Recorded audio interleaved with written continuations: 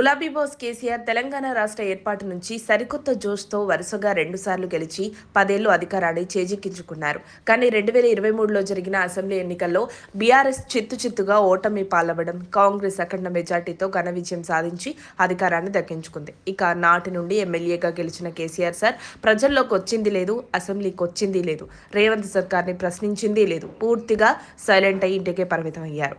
దీంతో మాజీ ముఖ్యమంత్రి కేసీఆర్ పూర్తిగా పార్టీని పక్కన పెట్టేసినట్లే కనబడుతోంది. ఆయన రాజకీయాలకు కూడా గుడ్ బై చెప్పినట్లేనని టాక్ వినిపిస్తోంది. ఇటీవల జూబ్లీహిల్స్ ఉప ఎన్నికల సమయంలోనూ ఆయన ప్రచారం చేస్తారని వార్తలు షికార్లు చేసినా సారు బయటకొచ్చింది లేదు. తాజాగా స్థానిక సంస్థల ఎన్నికల విషయంలోనూ ఆయన ఎలాంటి ఉలుకు లేదు, పలుకు లేదు. కనీసం మాజీ ఎమ్మెల్యేలు, పార్టీ నియోజకవర్గాల ఇన్ఛార్జీలను పిలిచి కూడా ఒక సమావేశాన్ని కూడా కేసీఆర్ ఏర్పాటు చేసింది లేదు.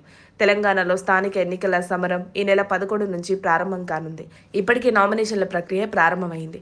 అయినా కారు ఓనర్ కేసీఆర్ మాత్రం కనీసం ఎన్నికల విషయంలో ఎలాంటి జోక్యం చేసుకోకపోవడం ఇప్పుడు పార్టీలోనే చర్చనీయాంశంగా మారింది.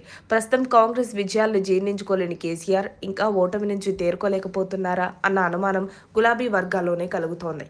ఇప్పటికే తెలంగాణలో ఎన్నికలు జరిగి దాదాపు 2 ఏళ్లు పూర్తవుతోంది. ఇటీవల బీఆర్ఎస్ పార్టీ దీక్షా దివాస్ను కూడా నిర్వహిస్తోంది.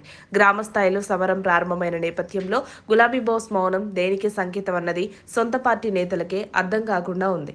పంచాయతీ ఎన్నికలంటే పార్టీ రహితంగా జరిగేవే కావచ్చు. పార్టీ గుర్తులు లేకపోయినప్పటికీ గ్రామాల్లో ఖచ్చితంగా ఆయా పార్టీలకు సంబంధించిన వ్యక్తులే పోటీలో ఉంటారు. ఖచ్చితంగా పరోక్షంగా పార్టీ అభ్యర్థిగానే చూసి ప్రజలు ఓట్లు వేస్తారు. పంచాయతీ ఎన్నికలకు ఆయన ప్రచారం చేయకపోవచ్చు, కానీ ప్రకటన కూడా కేసీఆర్ నుంచి రాకపోవడంపై బీఆర్ఎస్ శ్రేణులు నిరాశలో మునిగిపోయాయి. రాష్ట్రంలో అనేక సమస్యలు ఉన్నప్పటికీ వాటిపై స్పందించడానికి కూడా కేసీఆర్ ఇష్టపడడం లేదు. మరొక వైపు కల్వకుంట్ల కుటుంబంలో చీలిక వచ్చింది. ఆయన కుమార్తె తెలంగాణ జాగృతి తరపున రాష్ట్రంలో పాదయాత్ర చేపట్టారు. మరొక వైపు బీఆర్ఎస్ వర్కింగ్ ప్రెసిడెంట్ కేటీఆర్ తిరుగుతున్నారు. మరోవైపు మాజీ మంత్రి హరీష్ రావు కూడా ప్రభుత్వంపై విమర్శలు గుప్పిస్తున్నారు. కానీ గులాబీ బాస్గా కేసీఆర్ కనీసం ఫామ్ హౌస్ నుంచి బయటకు రాకపోవడం, నియోజకవర్గాల్లో నేతలకు దిశానిర్దేశం చేయడానికి ఉత్సాహం చూపకపోవడంపై పార్టీలో చర్చ జరుగుతోంది.